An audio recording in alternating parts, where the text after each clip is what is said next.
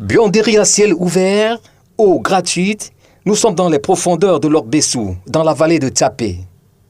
Ici, nous sommes ni plus ni loin que dans le royaume du marécage.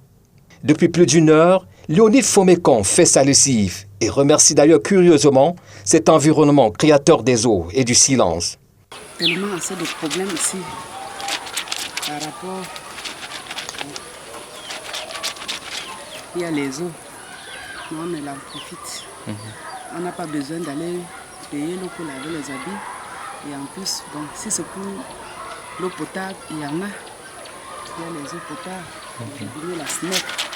Ça nous aide beaucoup. Bon, nous sommes calmes ici parce qu'il n'y a pas de bruit. Pas trop de bruit. Tu ne peux pas rester comme ça là. Tu rentres même peut-être à midi comme ça, tu veux te reposer. Tu as le problème. Dans les eaux, les canards se donnent à cœur joie à une espèce de baignade. La preuve que l'endroit est propice à l'élevage des ovins. Un peu plus loin, M. Fomécon ouvre à grands coups de machette l'entrée de son domicile.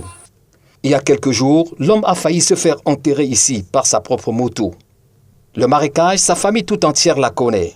En tout cas, il ne tarit pas d'histoire à raconter autour. Pour nous, là, c'est même ça, c'est même bien. Ça, c'est seulement le manque de moyens. Parce que sinon, si tu verses déjà, peut-être on verse déjà, peut-être, ça ne reste que 5 camions de terre là. On est déjà bien. Par rapport aux autres que j'arrive même, je vois même que non, ils ne parviennent même pas dans l'eau même.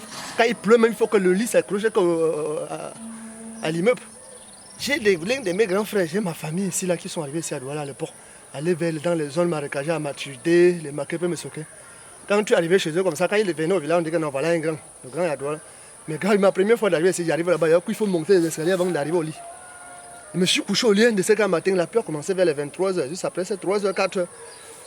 J'ai dit que je vais aller me mettre un peu à l'aise, je descends le pied, je vois que c'est dans l'eau, l'eau manquait juste un petit peu là. Ça a atteint le lit. Déjà à ce niveau-ci, imagine un peu combien de fois chez nous ici. On peut dire qu'ici là on est très bien, si on a un peu les moyens, on verse un peu la terre là, on arrange bien. La plupart montent des maisons à très haut niveau, histoire d'indiquer par défi la hauteur à atteindre pour échapper à la furie des eaux. Mais à côté, l'anophèle femelle, grand vecteur du paludisme, n'est jamais loin. Lord Tafak. Non, vous savez que c'est un peu parmenté, mais de temps en temps. Mais pas tous les temps, comme si c'était causé par quelque chose. Construire dans le marécage, c'est avoir constamment accès aux brouettés de terre, au risque de voir sa maison aspirée par les eaux. Quoi qu'il en soit, dans l'école d'à côté, la pratique de l'hygiène et de salubrité est à fort coefficient et associe parfois les apprenants, nous apprend Gertrude Kambou, directrice du groupe scolaire Zavira. On est là pour éduquer, forcément on doit aussi apprendre les enfants que où ils vivent, cet endroit doit être propre. Dans le vendredi, on a ce qu'on appelle la journée du nettoyage le vendredi. Les enfants font le nettoyage dans leur salle de classe et les environs de leur établissement. Maképe Musoké, nous sommes sur le fameux pont cassé et ses avatars. La rivière charrie ses immondices. Ici, le visage le plus hideux des inondations. Des cases suspendues, d'autres abandonnées. La misère est palpable. La grande cureuse est passée et derrière elle les espoirs de tous bords.